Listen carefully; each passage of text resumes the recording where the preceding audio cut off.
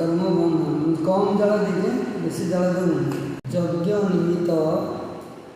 जो कर्म करा से कर्म आत्मार सद्गति मार्गटा रास्ता प्रशस्त हो जोटा जगत लोक मान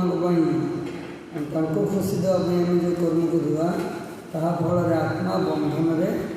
पड़ो ज्ञान कर्म ठक दई मोरे प्रतारिया लई अवशेष फेले सिंधु जले कर्म यज्ञार्थात यज्ञ प्रीति निमंते ये जो बोला गोवर्धन पूजारे भगवान श्रीकृष्ण नंद बाबा मान को वयस्क गोपाल मान को कहले तुम्हें ये इंद्र पूजा जो सामग्री एकाठी कर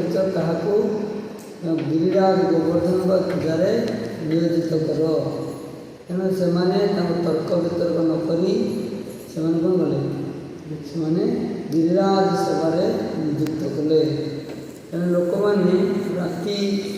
सकाल सकाल पुणी राति 11टा पर्यंत केवल ये जगतवासी को स्त्री पुत्र कन्या आत्मीय स्वजन यही सुख देवा निमित्त ही कर्म कर कर्म बोला से गोटे कि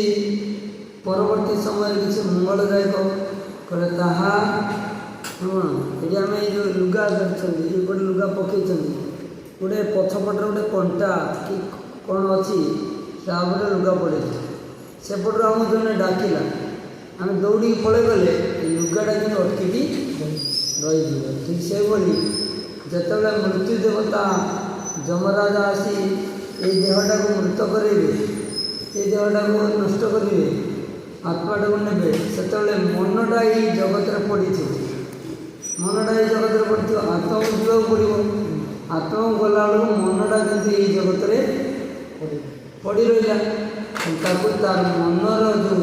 शेष मनर जो चिंतन से चिंतन अनुसार देखू पुणी थे जन्म मिल यह विशेष सतर्कर सूचना से यज्ञार्थात गीतार जो 12 अध्याय 12 अध्याय कहले मो कर्म कर 11 अध्याय 55